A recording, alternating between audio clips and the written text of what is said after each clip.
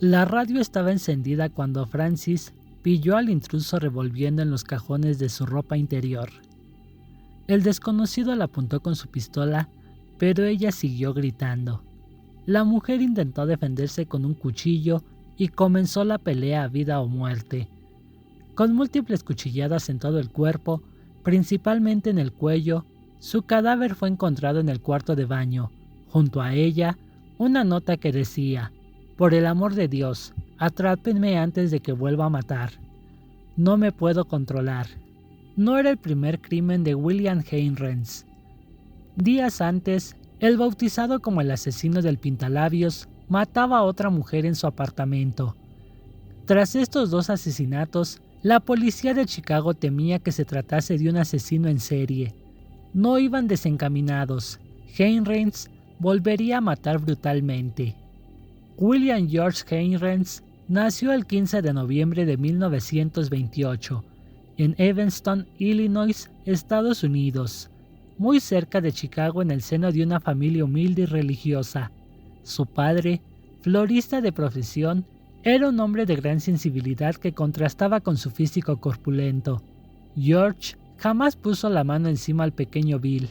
Sin embargo, su madre Margaret, de estricta educación católica y muy distante en cuanto a demostración de afecto, tenía un carácter muy rudo que marcó la vida de este asesino en serie. El pequeño, con una inteligencia superior a la normal según los psiquiatras, se volvió antisociable y no tenía amigos. Se limitaba a ayudar a sus padres en la tienda. Pasaron apuros económicos debido a la Gran Depresión económica de los años 40 y le gustaba salir a pescar de vez en cuando con su padre. Esa reclusión voluntaria en el hogar familiar llegó a sentirla como una especie de claustrofobia. Me sentía mareado y necesitaba salir. Me sentía como si las paredes me presionaran. Nunca me gustó quedarme en casa, aseguró a los investigadores.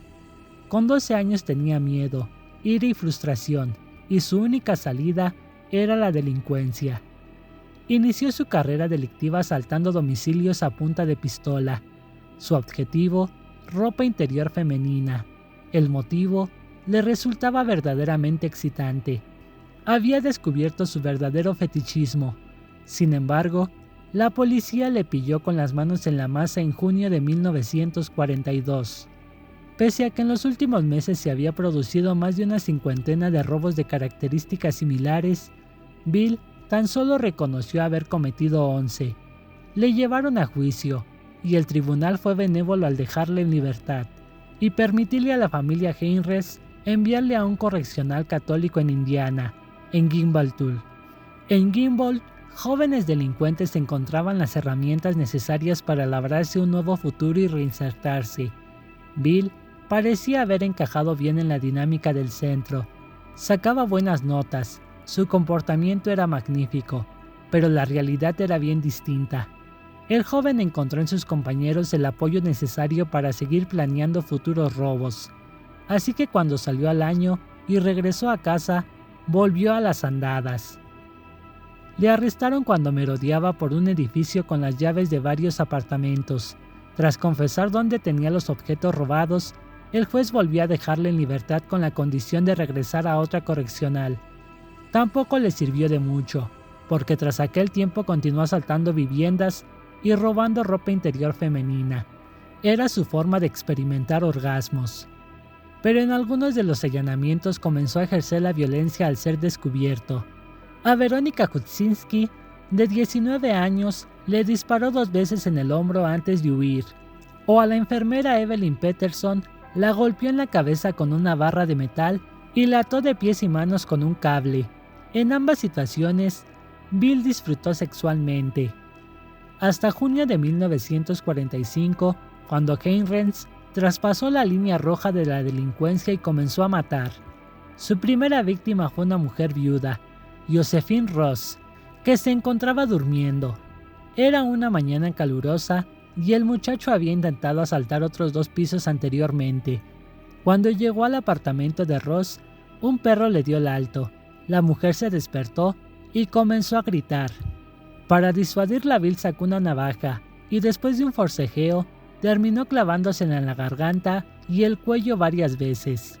Después la estranguló con su propio camisón, robó algunas pertenencias, limpió la escena del crimen y huyó. El cadáver lo encontró su hija sobre la cama al salir del trabajo. Estaba completamente desnudo pero sin signos de violación. El segundo asesinato se produjo el 10 de diciembre de ese mismo año en el hotel residencial de Pine Grove Avenue. Bill subió hasta el sexto piso a través de la escalera de incendios y se coló por una ventana entreabierta. Era la habitación de la Marine Francis Brown. Creyendo que no había nadie en la estancia, el joven comenzó a rebuscar en los cajones en busca de nuevos objetos y de su fetiche principal, la ropa interior. En ese instante, Francis, que se encontraba en el baño con la radio encendida, escuchó un ruido. Salió para ver de qué se trataba y se topó de frente con el ladrón. Trató de hacerle frente, pero Bill consiguió reducirla a base de golpes y cuchilladas. El cuerpo de la joven apareció mutilado y estrangulado con su propia pijama. Tal y como ocurrió con la escena del primer asesinato, el homicida limpió la habitación de huellas y cualquier tipo de pruebas que pudiesen incriminarle, pero esta vez dejó un mensaje a la policía. Cogió un pintalabios rojos del bolso de Francis y escribió en la pared: «Por el amor de Dios, atrápenme antes de que vuelva a matar. No me puedo controlar». Así fue como comenzaron a denominarle Lipstick Killer, el asesino del pintalabios.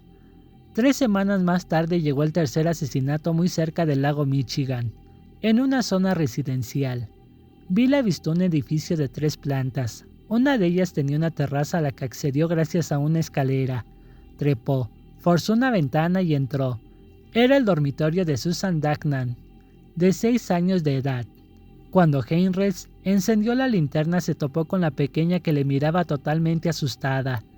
Antes de que pudiese gritar, Bill ya había puesto las manos en su cuello y apretaba fuertemente. Varios segundos después, la niña caía muerta.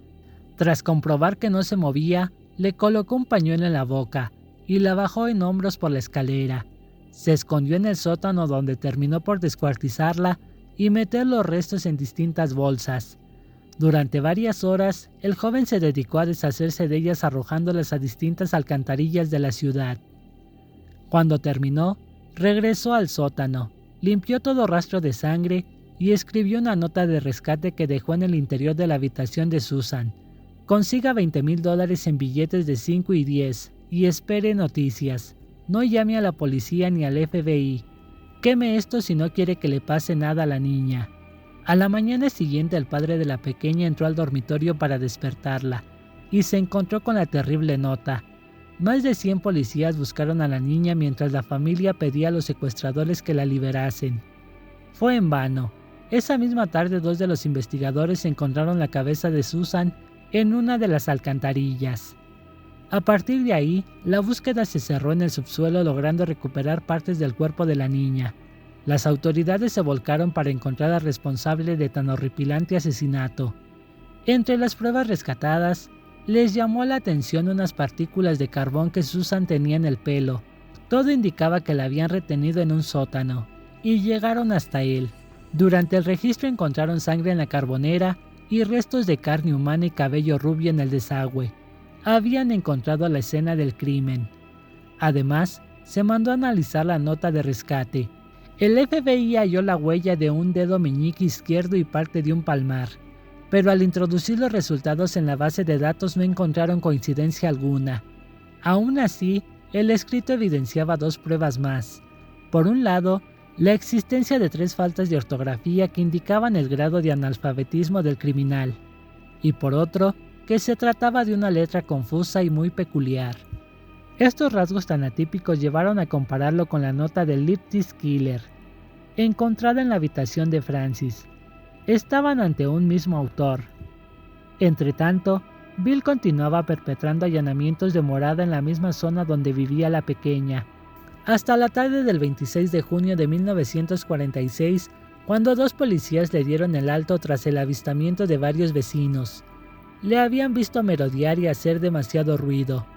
Ya en comisaría, le tomaron las huellas dactilares que coincidían con las del desconocido de los 2 crímenes anteriores. Acababan de atrapar al asesino. Sin embargo, necesitaban una confesión de Heinrichs. Para ello lo sometieron a un duro interrogatorio donde le suministraron pentanol de sodio, popularmente conocido como suero de la verdad. Tras admitir todos los hechos que se le imputaban, Beer fue acusado de 22 robos, 4 asaltos con intento de asesinato y 3 asesinatos. El juicio comenzó en el mes de septiembre y su confesión le salvó la pena de muerte. El tribunal le sentenció a cadena perpetua.